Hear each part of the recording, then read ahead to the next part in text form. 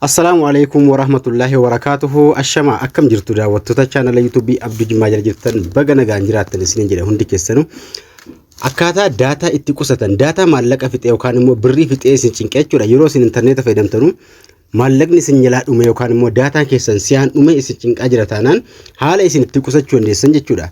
Bilbila keessan irratti paakeejii hidhatta yookaan immoo daataa maallaqaa yeroo fayyadamtanu siyaan dhume isin cinqaa jira taanaan maallaqni keessan yookaan immoo daataan keessan interneetii keessan maallaqa siyaan fixa taanaan haala kamiin daataa qusachuu dandeessan karaalee isin ittiin akka inni paakeejii keessan yookaan immoo maallaqa keessan dafee isin jalaa hin fidne karaalee ittiin gochuu dandeessan isin agarsiisa. Egaa daataa karaa hedduudhaan kan isin qusachuu dandeessan yookaan immoo akka inni isin jalaa hin dhumne gochuu dandeessan jechuudha. Kana gochuudhaaf gaa daawwattoota keenya karaa hedduu gochuu dandeenya. Akkasuma gara barnootaa osoo hin deemin duratti warri chaanala kanaaf haaraa taatan gaa subscribe kana gochuu hin dagatinaa isin jecha ol kajettu gubbaa kaachuu hin dagatinaati. Warri maatii taatan jirtan immoo like tuquudhaan share gochuudhaan ol jajjabeessaa yookaan immoo na jajjabeessaa like gochuudhaan na jajjabeessaa isin jedha. Isin danda'ame guddina keessan nam tokko lama share gochuu hin dagatinaa isin jedha. Irra baay'een keenya viidiyoon ilaalla like isin tuqnu akkasuma share waliif hin goonu waliin jajjabeessinu isin jedha. Egaa gara bakka jirtan hundi keessaniyyuu akkasuma walaa gargaaru like goonu share walii goone walaa gargaaru isin jedha.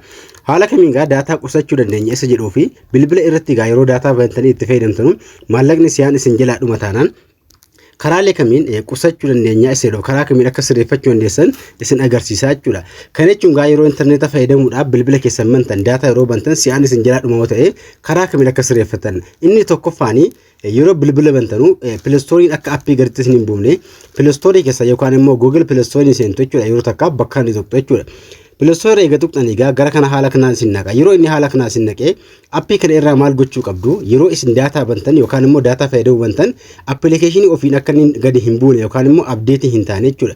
Kana jechuun gaa yoo update ta'e yookaan immoo bilbilatti gabbu'ee paakeejii keessa yookaan birrii keessan fixuu danda'a jechuudha. Play Store eega seentanii mallattoo profaayilii keessanii tuqxuru takkaaf mallattoo profaayilii gaa eega tuqxanii haala kanaan profaayilii tuquudhaan gaa haala kanaa isinii baasa. Setting inni jira ganjallaa kana setting akka jetturra ni tuqxuru takkaaf jechuudha. Setting irra eega tuqxanii gaa haala kanaan isinii baasa. Yeroo inni isinii baasee haala kanaan jechuudha. Generally ganjallaa network permission bakka jiru kana jira. Network permission bakka jiru kana yeroo takkaaf ni tuqxu jechuudha. Asirra eega tuqxanii gaa haala kanaan isinii banaa jechuudha. Yeroo isinii banee app download permission bakka jiru kana yeroo takkaaf ni tuqxu jechuudha.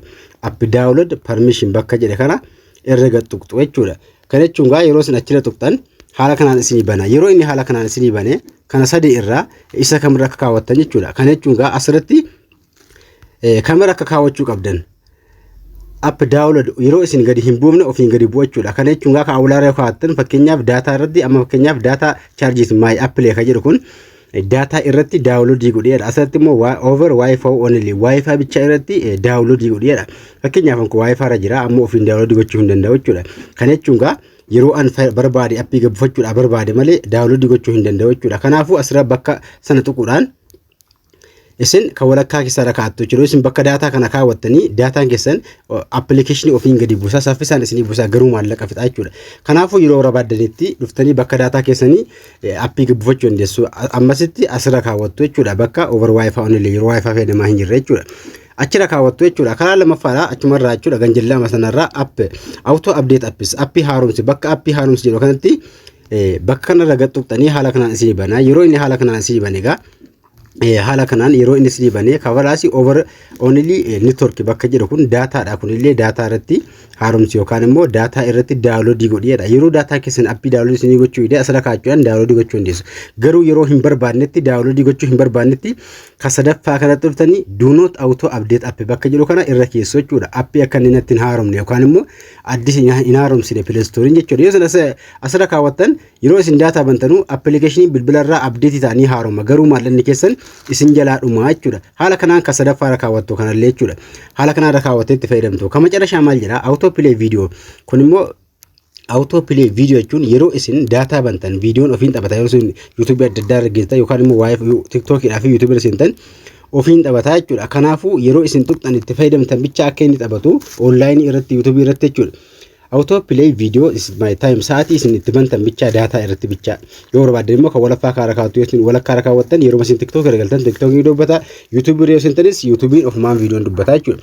Kanaafuu kana yoo hin barbaanne do not auto play video yeroo qubaan tuqxan bicha akka dubbatu barbaadan kama carashaa kaawwachuudhaan qusachuu dandeessu jechuudha. karaa inni sadeessaagaa pileestoorii keessa irraa bahuudhaangaa haala kanaan bilbila keessan irraa bakka siitingiin iseentu jechuudha. Karaa sadaffaa siitingii bilbilaan iseentu yeroo takkaaf siitingi dhageessintaniigaa olli haxooftu bilbila keessan gara olitti jechuudha. Olaxaa'uudhaangaa bilbila keessan egaa olaxaa'uudhaan bilbila keessan privacy bakka jedhanii jira. Bilbila keessan irraa privacy bakka jedhe kana yeroo takkaan nuti tuqxu jechuudha. Privacy eega tuqxanii haala kanaan bilbila keessan olaxooftu yeroo isin olaxooftan haala kanaan suuta itti olaxooftu send diagnosed data bakka jedhe kan yoo oonii ta'e jiraate bilbila keessan saffisaan data isin jalaa fixa jechuudha. Kanaafuu kana ofii ta'ee taa'uu qaba jechuudha kun saffisaan data isin jalaa fixa dhiqata oonii ta'e jiraate siitingiin kun jechuudha. Kana ofii gootanii ni deebitu dubbatte jechuudha. Egaa karaa lamaffaadha bilbila keessan irratti jechuudha. Application ima bilbila keessa jiru kana ka itti fayyadamuu barbaaddan malee ka itti fayyadamuu hin barbaanne data ofirraa cuftu jechuudha. Kana jechuun gaa fakkeenyaaf Facebook itti fayyadamuu hin barbaadu waan ta'e Facebook har'aan gadiin hin qaba yeroo takkaaf jechuudha. Yeroo irra gadi qabe gaa haala kanaan naabana yeroo inni haala kanaan naabane mallattootti kaanii tuqxu yeroo takkaan mallattoo kan maayinasii kana gara siitingii isin galchaa jechuudha. Mallattoo sana tuquudhaan gaa gara siitingiin iseentu eega seentanii haala kanaan mobile data akka jedhu kanarra yeroo takkaan ni tuqxu jechuudha. Mobile data irraa eega tuqxaniigaa haala kanaan allow background data bakka jedhe kana off gootu jechuudha. Kanaafuu yeroo kanatti appilikeeshiniin kun bilbila keessatti data keessatti fayyadamuu hin danda'u. Appilikeeshinii hunda bilbila irraa qabdanuu haala kanaan off ofirraa gootu jechuudha. Yoo isin on gootan bilbila keessa yookaan immoo data keessan isin jalaa fixuu danda'a jechuudha. Kanaafuu appilikeeshinii bilbila irraa qabdanuu indaallee isaa haala kanaan off ofirraa gootu jechuudha. Haala kanaan danda'ama. Karaa inni arfeessaa itti data qusachuu dandeessan gaa siitingii bilbilaan isin yeroo takkaaf jechuudha. Siitingii irraa gaa wantoota isin sirreessitu jira. Siitingii irra seenuu hanga bakka application jennee barbaaddu laxaa'uudhaan bilbila keessan bakka application bakka jennee seentu jechuudha. Application karra eega seentanii gaa haala kanaan siitingii bilbilaa yookaan immoo appii isin bilbila irraa qabdu isin naqaa jechuudha. Olaxaa'uudhaan sim card bakka jennee barbaaddu. Sim card bakka jedhee ni barbaaddu jechuudha. Application bilbila keessa irra jiru irraa olaxaa'uudhaan sim card bakka jedhee ni barbaaddu jechuudha. Kana jechuun gaa bakka sim card egaa argattanii haala kanaan fakkeenyaaf kun asirratti naa baasaa. Sim card bakka jedhe kana sim card lamoo ta'e tokkoffaatti fayyadamaa turte tokkoffaa lamaffaatti fayyadamaa turte lamaffaa sim card isaa daga tuqxu jechuudha yeroo takkaaf. Sim card itti fayyadamaa jirtan isaa daga tuquudhaan gaa bakka isin seenuu qabdan jirta asirratti storage bakka jedhe ni seentu yeroo takkaaf. Storage kana eega seentanii clear cache kan jedhu kana ni qulqulleessitu jechuudha.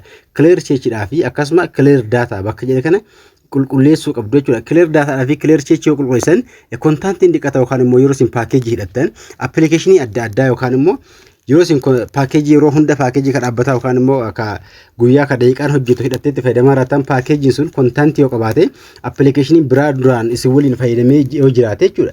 Appii sanaa dabarsa waan ta'eef clear yoo gootan qulqulluu ta'a. Kana booda isin qofatiitu itti fayyadamuu danda'a jechuudha. Saffisanii godhata isin qofatiitu itti fayyadamuu danda'a jechuudha. Kana booda wanni keessanitti data keessanitti isin qofatiitu itti fayyadamuu danda'a jechuudha. Kanaafuu haala kanatti fayyadamtu karaa isaa takkaffaa isin tokko kan isin agarsiisu kan macarashaadha. Connection kan jedhu awwaala seenu hanga data keessa yoo barbaadan save gootu jechuudha. Bakka data kan tuqxu bakka data gaa eega tuqxanii data asirratti onko off ta'ee jira. Maaliif kun data on yoo gootan data keessan save godha yookaan immoo isiniif qusata akka appilikeeshiniin biraan data keessan hin fidne jechuudha. Garuu asirratti saffisaan intarneetiin isiniif hin dalagu malee data keessan isiniif qusata jechuudha. Asirratti yoo on gootan data keessan isiniif qusata appii biraatti hin dhiisu jechuudha. Kanaafuu yeroo isin TikTokidha YouTube galtan saffisaan isiniif hin dalagu malee data keessan qusachuu danda'a jechuudha. Haala kanaan gaa data qusachuu dandeessu isiniin jedha. Kana malees karaalee saffisa dataatti dabaluu dandeessan bilbila keessan irraa wantoota hedduu jira. Waan isin galuu deebi'u jiraate komentii na barreessaa isiniin jedha. Haala kanaan egaa nuti warri Oromoo ta'anii viidiyoo dhaggeeffachuu malee laayikii walii gochuu sheerii walii gochuu silas hin beeknu. Haala kanaan itti fayyadamaatii akkasuma yoo isinitti tole viidiyoo kan koo sheer laayik gochuu hin dagatina. Wala gargaaru laayik sheer gochuu hin dagatina isiniin jedha. Waa takka gizma tokko tuquu laayikiin illee akkasuma sheer gochuu illee gizma lama tuquu wanti sirraa qannasu hin jiru. Sabskaayibii gochuu hin dagatina isiniin jedha. Barnoonni har'aas mata dhaabbataa gaaffii qabaattan komentiin akka nagaan tura.